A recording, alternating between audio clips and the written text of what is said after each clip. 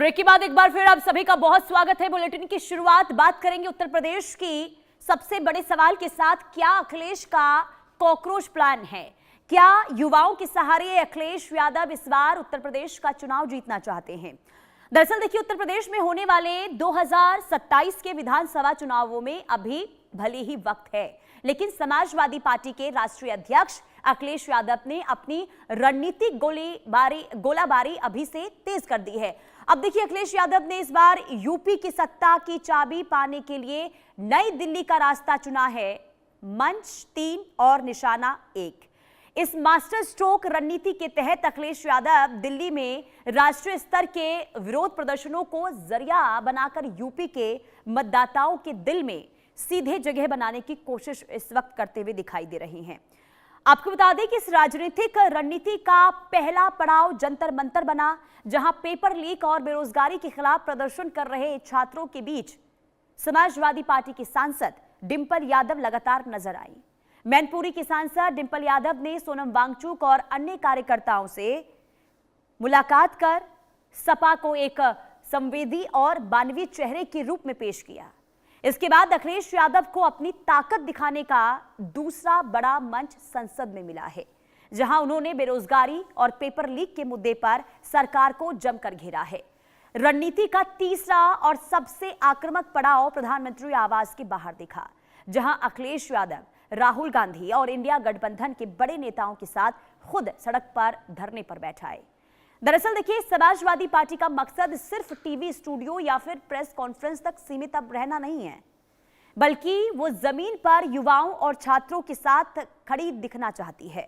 अखिलेश यादव बखूबी ये जानते हैं कि पेपर लीक और नौकरी का मुद्दा जाति और धर्म की सीमाओं से परे है, और यही वजह है कि वो अपने पारंपरिक यानी कि पीडीए वोट बैंक से आगे बढ़कर युवाओं और शिक्षित वर्ग को अपने साथ जोड़ना चाहते हैं।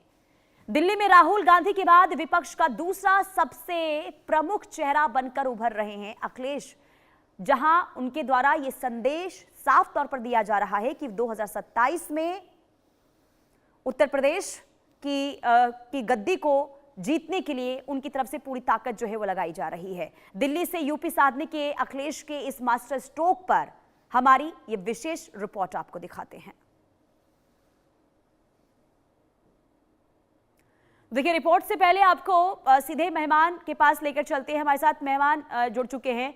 हमारे साथ निखिल खत्री, प्रवक्ता एसपी समाजवादी पार्टी से जुड़े हुए हैं। इसके अलावा हर्ष दहिया, राजनीतिक विश्लेषक भी हमारे साथ जुड़े हुए हैं।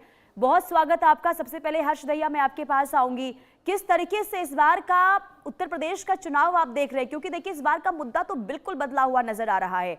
समाजवादी पार्टी को आप देख लिए, कभी सॉफ्ट हिंदू की राह पर चलने की कोशिश करते हैं, और अब तो पूरा उनका ऐसा लग रहा है कि रणनीति जो है पूरा बदल गया है, क्योंकि अब नीट पेपर को लेकर, छात्रों के मुद्दे को लेकर सरकार को घेरने की ये पूरी कवायद समाजवादी पार्टी की किस तरीके से देख रहे हैं?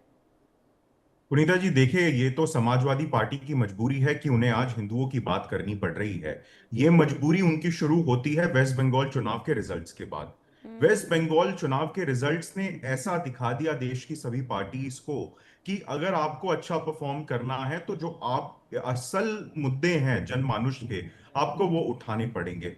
असल मुद्दा ये भी है कि हिंदू कई बार कई प्रदेशों में जहां पे जनसंख्या बदल चुकी है वहां पे अपने आप को सेफ महसूस नहीं करता। तो कहीं ना कहीं ये संकेत समाजवादी पार्टी को भी मिला है कि ये जो तुष्टीकरण की राजनीति पहले करते थे वो अब इस देश में नहीं चलेगी। हिंदू जागृत हो गया है। पहला तो ये। दूसरा, जो आपने अभी जो युवा प्रोटेस्ट कर रहे हैं उसके बारे में कहा, तो मैं बताना चाहूंगा इससे भी काफी राजनीति बदल चुकी है। अभी आप ये देखिए, महीने 1.5 महीने पहले तक कांग्रेस और समाजवादी पार्टी में फिर भी एक अच्छा तालमेल दिख रहा था। राहुल गांधी और अखिलेश यादव एक अच्छा आपस में तालमेल दिखा रहे थे। लेकिन इन प्रोटेस्ट ने यह साबित कर दिया है कि दोनों में अब होड़ लगी हुई है कि कौन इस प्रोटेस्ट का बड़ा चेहरा निकल के सामने आएगा। राहुल गांधी चाहते हैं कि सारा का सारा लाइमलाइट उन पे रहे, बट जैसा कि हमने पिछले 3-4-5 दिन में देखा तो अखिलेश यादव तो राहुल गांधी को पीछे छोड़ गए इसमें।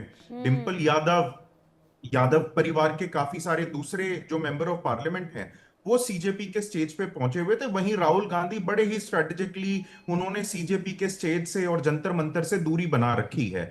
तो कहीं ना कहीं मेरे को ये लगता है कि राहुल गांधी को ये समझ में आ चुका है कि ये जो सीजेपी का प्रोटेस्ट हो रहा है, इससे अगर वोट बैंक को खतरा है तो वो भाजपा को इतना नहीं है, वो कांग्रेस के वोट बैंक को खतरा है, क्योंकि वो इसको आम आदमी पार्टी 2.0 की तौर पे देख रहे हैं। अब क्या है कि पहले तो जब तक सीजेपी इसको लीड कर रहा था तब तक ये पूरी तरीके से आम आदमी पार्टी 2.0 था, लेकिन अब ये है कि युवा आ चुके हैं। जी। युवा जो आए इसमें, तो उसमें अब इन सबको टेंशन हो गई है, चाहे आम आदमी पार्टी हो, चाहे समाजवादी पार्टी हो, चाहे कांग्रेस हो, कि भाई ये युवा किसको नेता मानेंगे।